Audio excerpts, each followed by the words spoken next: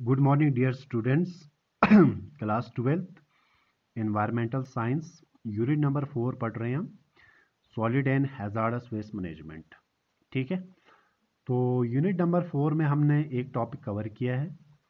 तो वो topic cover किया था हमने, what are solid waste, solid waste क्या होते हैं।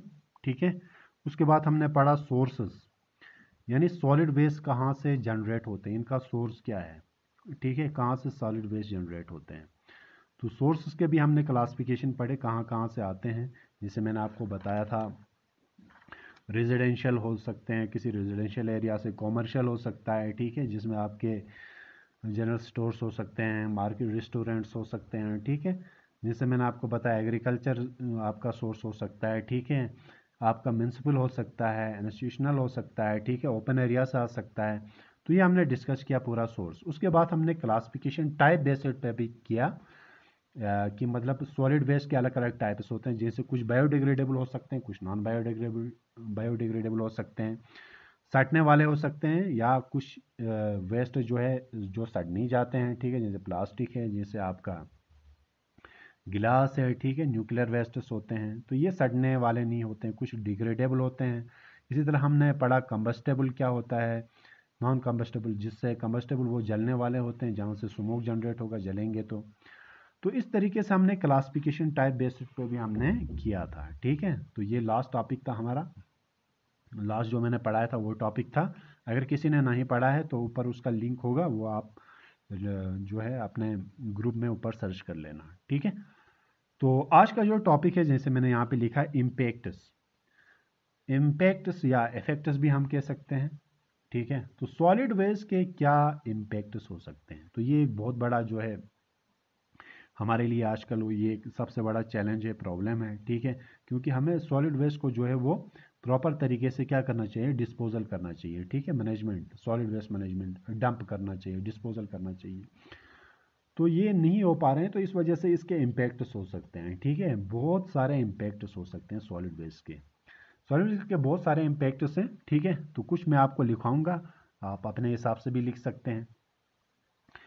तो जैसे आपको पता है आजकल जो है बहुत ज़्यादा जो है पॉपुलेशन जब बढ़ गया, तो कॉमन सी बात है, जितना पॉपुलेशन बढ़ेगा उतनी उतनी उनकी रिक्वायरमेंट ज़्यादा होती हैं, और उतना जो है वेस्ट भी जो है वो ज़्यादा बढ़ेगा। ठीक है, थाउजेंड्स ऑफ टन्स जो है वो सॉलिड वेस्ट जो है वो दिन में जो है जनरेट होता है कि नहीं। अब इतना जनरेट होता है तो कॉमन सी बात है, इसका फिर इम्पैक्ट भी ज़्यादा होगा। जितना सॉलिड वेस्ट जनरेट होगा उतना जो है उसका इम्पैक्ट भी ज़्यादा होगा। जैसे आपको पता है सॉलिड वेस्ट हमारे हवा को भी जो है वो ख़राब कर सकता है, पानी को भी ख़राब कर सकता है। ठीक है, पोल्यूट कर सकता है, पानी को, हवा को भी पोल्यूट कर सकता है। ठीक है, और हमारे सॉइल को भी पोल्यूट कर सकता है। तो अब हम देखेंगे कि इसके क्या क्या इम्पैक्ट्स हो सकते हैं।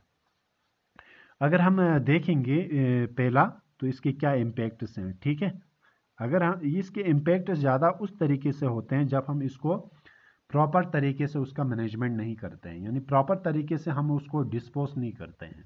ठीक है, तो उसके जो है बहुत सारे इम्पैक्ट्स हो सकते हैं हमारे को। ठीक है, अगर हम सही तरीके से डिस्पोज करें, इसका मैनेजमेंट करेंगे सॉलिड वेस्ट का, तो उसका कोई इम्पैक्ट हमारे पास जो है नहीं होगा। ठीक है, तो इम्पैक्ट्स इसीलिए होते हैं क्योंकि हम सही तरीके से इसको डिस्पोज नहीं करते हैं। ठीक है, तो क्या इम्पैक्ट्स हो सकते हैं, तो हम वो एक एक करके डिस्कस करेंगे। मैं आपको तीन चार चार पांच जो है आपको ये इसके इम्पैक्ट्स के बारे में बता दूंगा। ठीक है, तो पहला इम्पैक्ट क्या है, increase in disease transmission.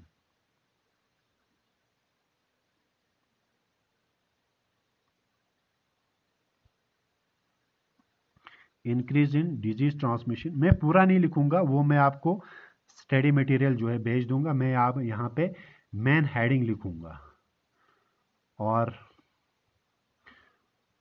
Other threats to public health, ये इसका मेन हेडिंग है। इसका मतलब क्या हुआ, increase in disease transmission, other threats to public health. तो कहने का मतलब जो है, इसका मतलब हो गया, पहला इम्पैक्ट क्या हुआ, डिजीज ट्रांसमिशन, यानी डिजीज फैलाने में मदद करेगा। अगर आप सॉलिड वेस्ट को यहाँ वहाँ फेंक के रखेंगे तो इससे डिजीज़ फैलने का चांस होगा, ठीक है, जिससे हमारी हेल्थ में असर पड़ेगा, लोगों की हेल्थ में जो है वो असर पड़ेगा। कॉमन सी बात है, जैसे फॉर एग्जांपल आप किसी जगह पे कूड़ा करकट जो वेस्ट है वो फेंक देते हैं, वो डिकम्पोज हो जाएगा, वहाँ से जो है गंदी गंदी स्मेल आ जाएगी, ठीक है।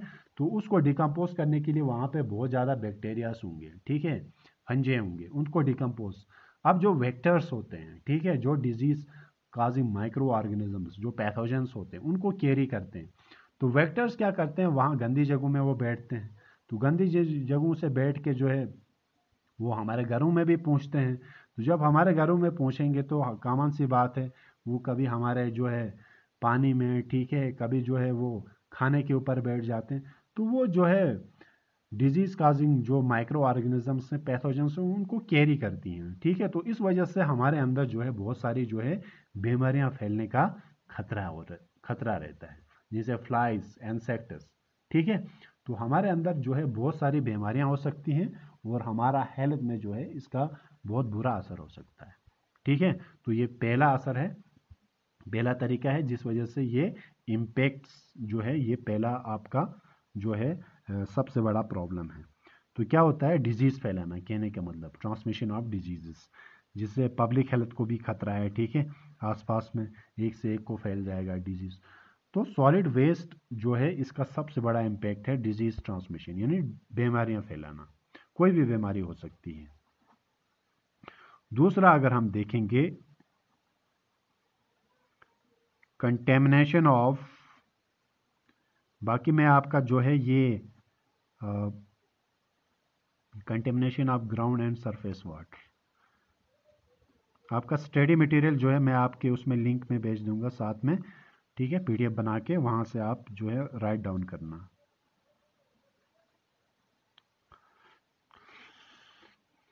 तो ये आप एक काम करना, जो हमारे स्कूल के स्टूडेंट्स हैं वो भी चैनल को सब्सक्राइब करके रखें, उससे ये फ़ायदा होगा आपको जो भी, क्योंकि हम अब ये यूट्यूब पे पूरा जो है आपका क्लास 12 के पूरे जो है ये क्या कहते हैं, जितना भी आपका सिलेबस है वो आप हम जो है यूट्यूब पे ही अपलोड कर रहे हैं लेक्चर वाइज। तो पूरा जो है आपको स्टडी मटेरियल मिल जाएगा, ठीक है। तो पूरा स्टडी मटेरियल मिल जाएगा आपको एनवायरमेंटल साइंस का। तो आप सब्सक्राइब करेंगे तो आपको जब भी मैं कोई वीडियो अपलोड करूँगा तो आपको नोटिफिकेशन मिल जाएगी और आप जो है वो एक सीक्वेंस के तहत जो है वो पढ़ सकते हैं।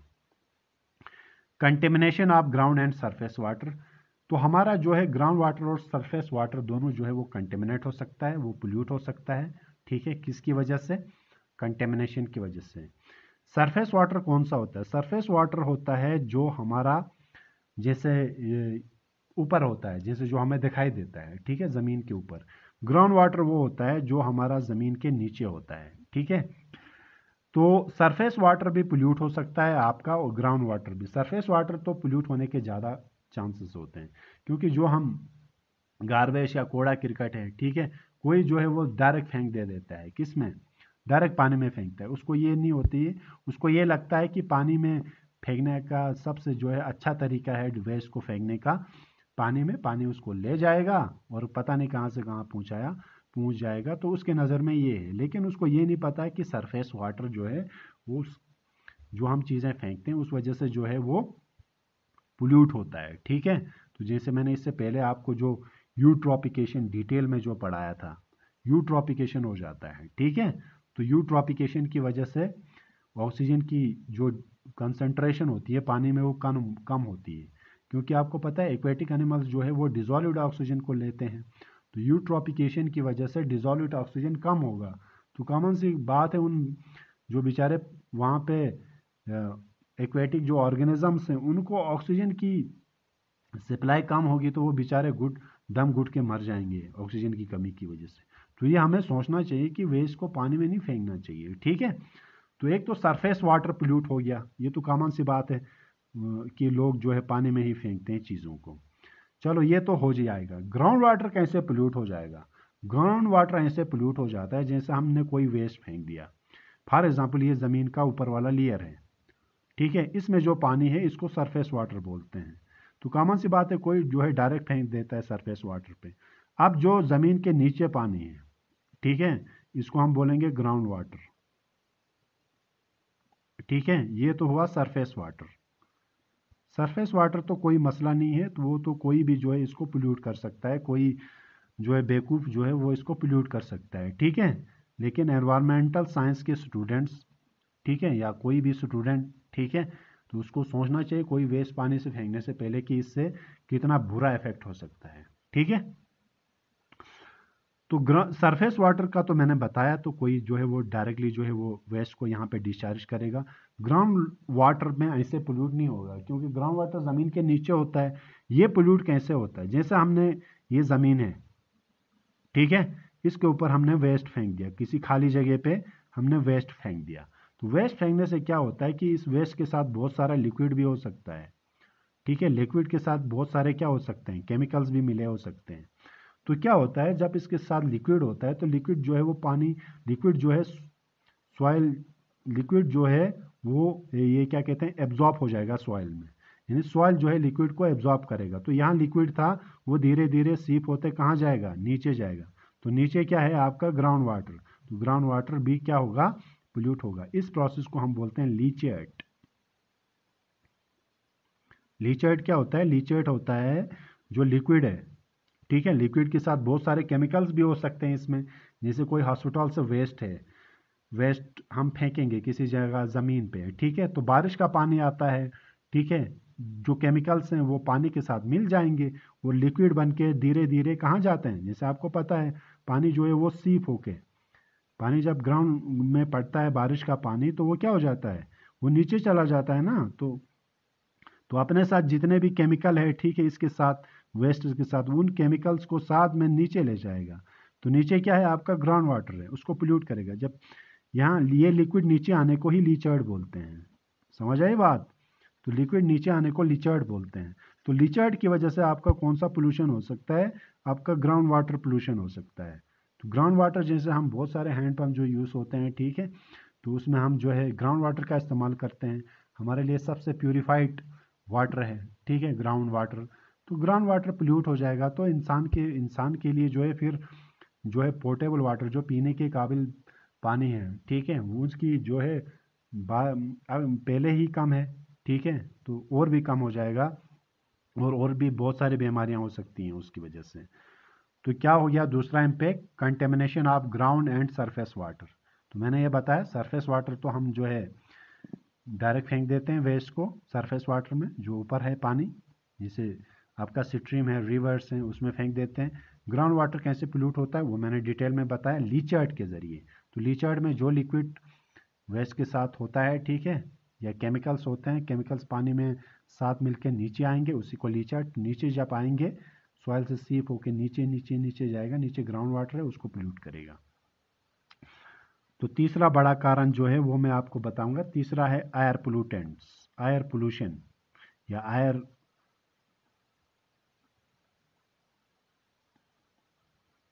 एयर पोल्यूटेंट्स, जो भी लिखेंगे आप। बहुत सारे एयर पोल्यूटेंट रिलीज होते हैं जब हम क्या करते हैं, गार्बेज, जो भी हमारा गार्बेज है, कूड़ा क्रिकट है, ठीक है, उसको हम जलाते हैं, ठीक है, तो इससे जो है बहुत सारा गैसेस निकल सकते हैं, तो इनको हम बोलते हैं एयर पोल्यूटेंट्स। जैसे हमारे पास कार्बन मोनोऑक्साइड है, ठीक है, जैसे हमारे पास मीथेन है, ठीक है, जैसे हमारे पास नाइट्रोजन ऑक्साइड है, नाइट्रोजन ऑक्साइड।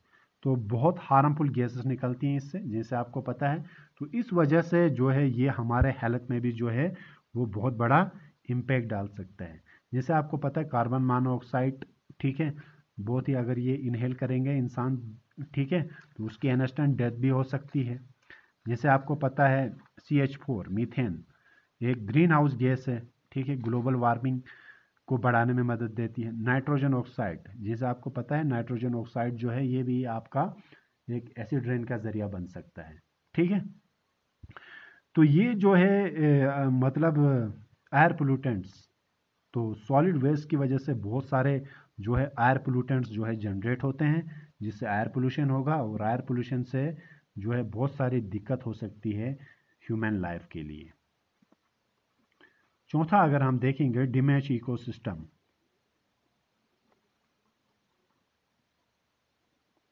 डैमेज इकोसिस्टम, हमारे इकोसिस्टम को भी बहुत बड़ा डैमेज हो जाएगा, यानी खतरा पहुंचेगा। किसकी वजह से? सॉलिड वेस्ट की वजह से। वो कैसे डैमेज हो जाएगा? जैसे हम फॉर एग्जांपल किसी रिवर में या स्ट्रीम में, ठीक है, फॉर एग्जांपल आपने कूड़ा करकट फेंक दिया, ठीक है, तो वहाँ पे कौन से जानवर रहते हैं पानी में? एक्वेटिक, ठीक है, इसमें हमारे एक्वेटिक हैबिटेट्स हैं, यानी aquatic plants and aquatic animals हैं, ठीक है।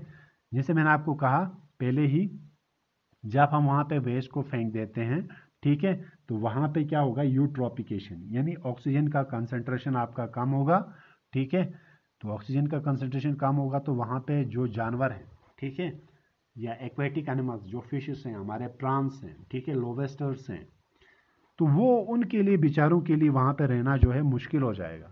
तो हमारा पूरा जो है वो एक्वेटिक इकोसिस्टम जो है पूरा डैमेज हो जाएगा, ठीक है, क्योंकि हमारा एक फूड चेन के ज़रिए चलता है हमारा पूरा इकोसिस्टम जो है, ठीक है, एक फूड चेन के ज़रिए चलता। जब फूड चेन में डिस्टर्बेंस आएगा तो कॉमन सी बात है हमारा वो इकोसिस्टम में भी क्या आएगी? डिस्टर्बेंस आएगी। तो हमारा एक्वेटिक का पूरा जितने भी प्लांट्स और एनिमल स्पीशीज थे वो सब डेड हो जाएंगे, ठीक है। तो ये एक बहुत बड़ा लॉस है इकोसिस्टम के लिए, ठीक है। तो इकोसिस्टम को भी डैमेज हो सकता है, किसकी वजह से? सॉलिड वेस्ट की वजह से, सॉलिड वेस्ट को पानी में फेंकने की वजह से। तो और भी हम लिख सकते हैं इसमें, डिस्करेजेस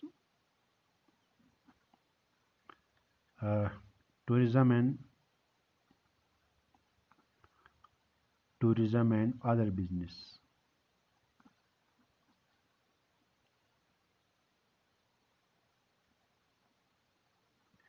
इसका मतलब क्या होता है? इसका मतलब होता है हमारा टूरिज्म और बिजनेस में भी इसका इम्पैक्ट पड़ सकता है, बहुत बुरा असर पड़ सकता है। किसकी वजह से? सॉलिड वेस्ट की वजह से।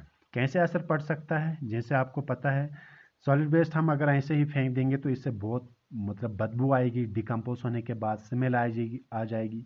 तो कॉमन सी बात है, हम वेस्ट को यहाँ वहाँ स्ट्रीट्स में जो है डंप नहीं करेंगे, ऐसे फेंकते रहेंगे यहाँ से वहाँ, यहाँ से वहाँ।